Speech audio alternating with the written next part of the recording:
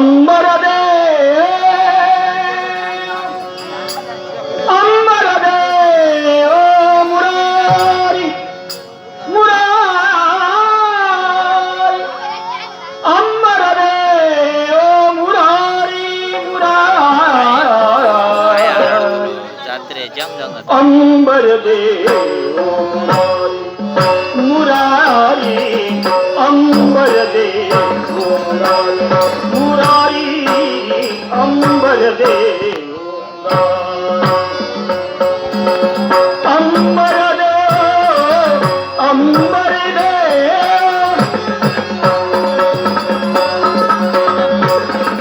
अंबर दे अंबर दे अंबर दे अंबर दे ओ मुरारी मुरारी अंबर दे ओ मुरारी मुरारी अंबर दे मुरारी अंबर दे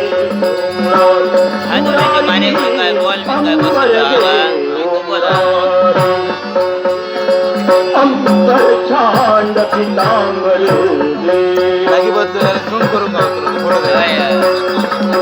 तुम्ही किती जातो अंबर छांड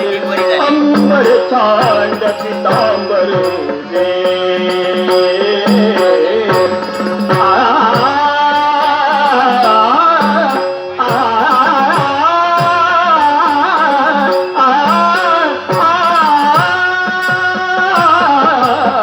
अंबर छांड पितांबर जलते हो जाऊ नारी नारी रे नारी जलते हो जाऊ नारी नारी रे नारी अंबर दे मुरारी रे अंबर दे मुरारी रे अंबर दे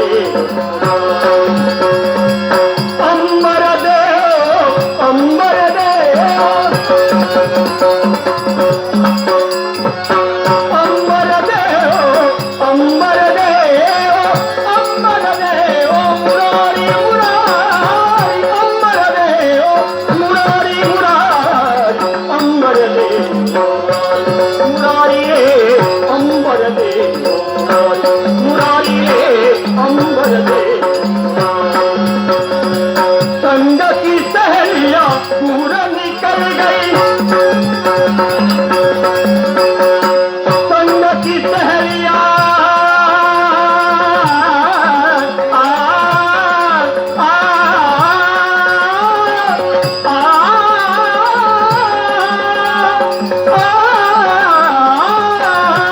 संग की सहेलियां पूरा निकल गई संग की सहेलियां पूरा निकल गई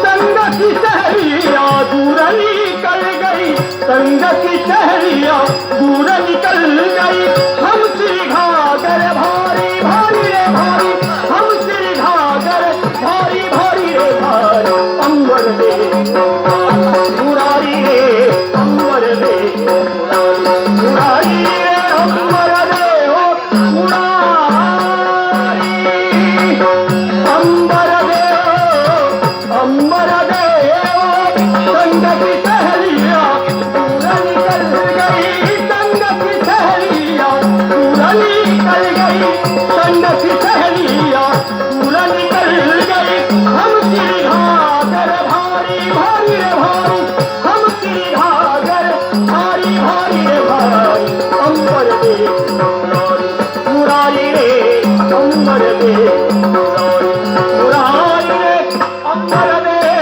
ओ मुरारी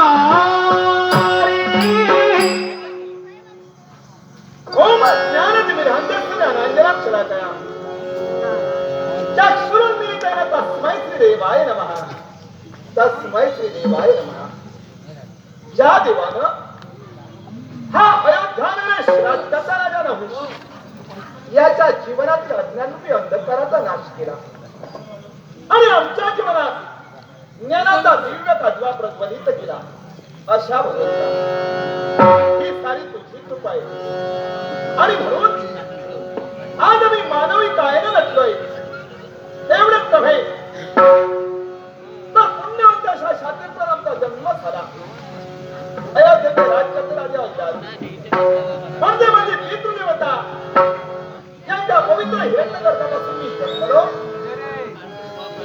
आणि त्यांच्या रूपेलो या अयोध्येच्या न्यायशासनी राजा म्हणून मी विराजमान झालो. आठवतो तो प्रसंग. ज्या दिवशी आमच्या पितृदेवतेनं मोठ्या मान सन्मानाविषयी ही जबाबदारी आमच्यावरती सोपली, त्याच वेळी आम्हाला सूचित केलं गेलं की जननी जन्मभूमीची सेवा हे राजाचं प्रथम कर्तव्य आहे. आणि तेच कर्तव्य जर काय राजानं पार पाडलं नसेल तर राजा म्हणून सांगण्याचा अधिकार त्याला पोचत नाही.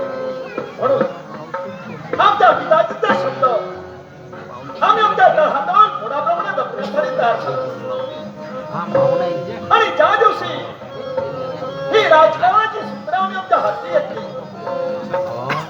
त्याच दिवशी लेखनीय घोषणी लगाम याच्या योग्य करून आम्ही आमच्या बुद्धीच्या दिल्याचा विचार केला. आम्ही आमच्या बुद्धीला चालना दिली आणि आपला राज्य विस्तार वाढला. भारतात सुधार राष्ट्र उत्पाद मंत्री महोदय यांच्या मी रचना केली आणि जनतेच्या सुखासाठी आम्ही रात्री ठरवू लागलो. जनतेचं सुख कशात सामावलंय? माझी आवाज जनता कोणत्या त्यांना समाधानी होईल याच्याकडे एकसारखं आपलं लक्ष लागून राहिला. आणि त्याच वेळी आम्ही आमच्या साऱ्या राज्यातील सैनिकांना सूचित केलं